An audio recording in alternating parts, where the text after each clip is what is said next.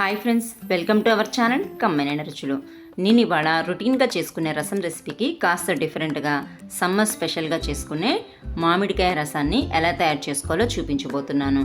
చాలామంది రసం అనంగానే కర్రీస్ అన్నీ తిన్నాక ఫైనల్గా ఏదో ఒకటి 2 ముద్దలు తిందాం అనుకుంటారు. కానీ ఈ మామిడికాయ రసాన్ని టేస్ట్ చేశారంటే అన్నం మొత్తం దీంతోనే తినాలి అనిపించేంత అద్భుతంగా ఉంటుంది ఈ రెసిపీ.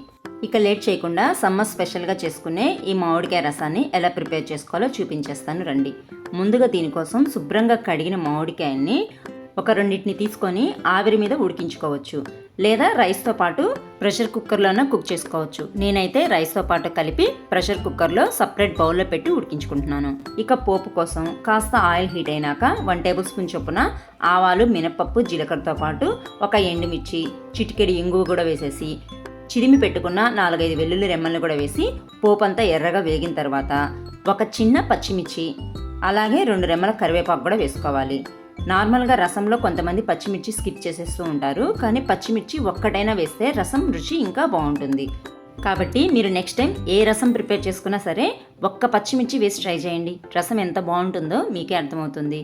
ఇక ఈ పోపంతా ఎర్రగా వేగినాక ఒక పెద్ద సైజు టమాటాని ముక్కలుగా కట్ చేసుకొని పోపులోనే వేసి మూత పెట్టేసి టమాటా ముక్కలన్నీ సాఫ్ట్గా అయ్యే వరకు కుక్ చేసుకోవాలి. ఈలోగా మనం ఆవిరికి ఉడికించుకున్న పచ్చి మామిడికాయల్ని పీల్ తీసేసి దాంట్లో ఉన్న గుజ్జునంతా సపరేట్గా బౌల్లోకి తీసి పెట్టుకోవాలి. ఈ రిస్క్ అంతా ఎందుకు, మామిడికాయని ముందే పీల్ తీసేసుకొని ముక్కలుగా కట్ చేసి ఆవిరికి ఉడికించుకుంటే సరిపోతుంది కదా అనుకుంటారేమో. మామిడికాయని ఇలా పీల్తో పాటు కలిపి ఉడికించుకొని పీల్కున్న గుజ్జు కూడా తీసుకుంటే ఆ రుచి వేరుగా ఉంటుంది. కాబట్టి కంపల్సరీగా పీల్తో పాటు ఉడికించుకున్నాకే ఈ గుజ్జుని సపరేట్ చేసుకోవాలి. మీకు కావాలనుకుంటే మామిడికాయని గ్రిల్ మీద కాల్చి కూడా ఈ రసాన్ని ప్రిపేర్ చేసుకోవచ్చు. కాకపోతే ఆ ప్రాసెస్ మరీ కాస్త లేట్ అనిపిస్తుంది. కాబట్టి ఇలా ఉడికించుకొని రసాన్ని ప్రిపేర్ చేసుకోవడమే ఈజీ అనిపిస్తుంది.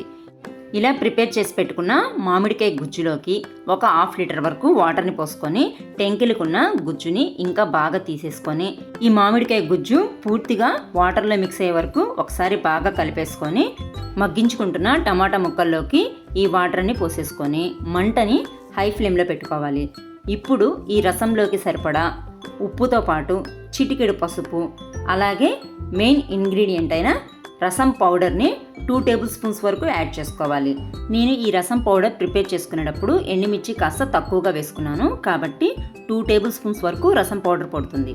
ఘాటుగా ఉండే రసం పౌడర్ అయితే టేస్ట్కి తగినట్లుగా మీరు అడ్జస్ట్ చేసుకొని వేసుకోండి. ఇప్పుడు దీని మీద మూత పెట్టేసి ముందు కాసేపు సిమ్లోనే మరిగించుకోవాలి. ఆ తర్వాత మంటని మీడియం ఫ్లేమ్లోకి అడ్జస్ట్ చేసేసుకొని ఒక చిన్న బెల్లం ముక్కను కూడా వేసేసి 2-3 తెరలు వచ్చే వరకు చక్కగా మరగనివ్వాలి. రసంలోకి బెల్లం ఏంటి అనుకోకండి, ఒక చిన్న బెల్లం ముక్క వల్ల ఈ రసం టేస్ట్ మరింతగా పెరుగుతుంది. కాబట్టి ఖచ్చితంగా బెల్లం ముక్కని స్కిప్ చేయకుండా వేసుకోండి. ఇప్పుడు ఈ రసాన్ని కాస్త టేస్ట్ చూసుకొని అడ్జస్ట్మెంట్కి తగినట్లుగా ఉప్పు కానీ వాటర్ కానీ వేసుకోవాల్సి వస్తే వేసేసుకొని ఒక చిన్న కరివేపాకు రెమ్మ, అలాగే సన్నగా కట్ చేసి పెట్టుకున్న కొత్తిమీర కూడా వేసేసి మరొకసారి బాగా మిక్స్ చేసేసుకొని మూత పెట్టేసి వెంటనే స్టవ్ ఆఫ్ చేసేసుకోండి. మనం ఫైనల్గా కొత్తిమీర వేసుకున్నాక కాసేపు మూత పెట్టుకున్నాకే ఈ రసాన్ని సర్వింగ్ బౌల్లోకి తీసుకోవాలి. అంతేనండి, ఎంతో టేస్టీగా గుమగుమలాడే మ్యాంగో రసం తయారైపోతుంది. వీడియో నచ్చితే కనుక లైక్ చేసి షేర్ చేసి ఛానల్ని సబ్స్క్రైబ్ చేసుకోండి. Thanks for watching.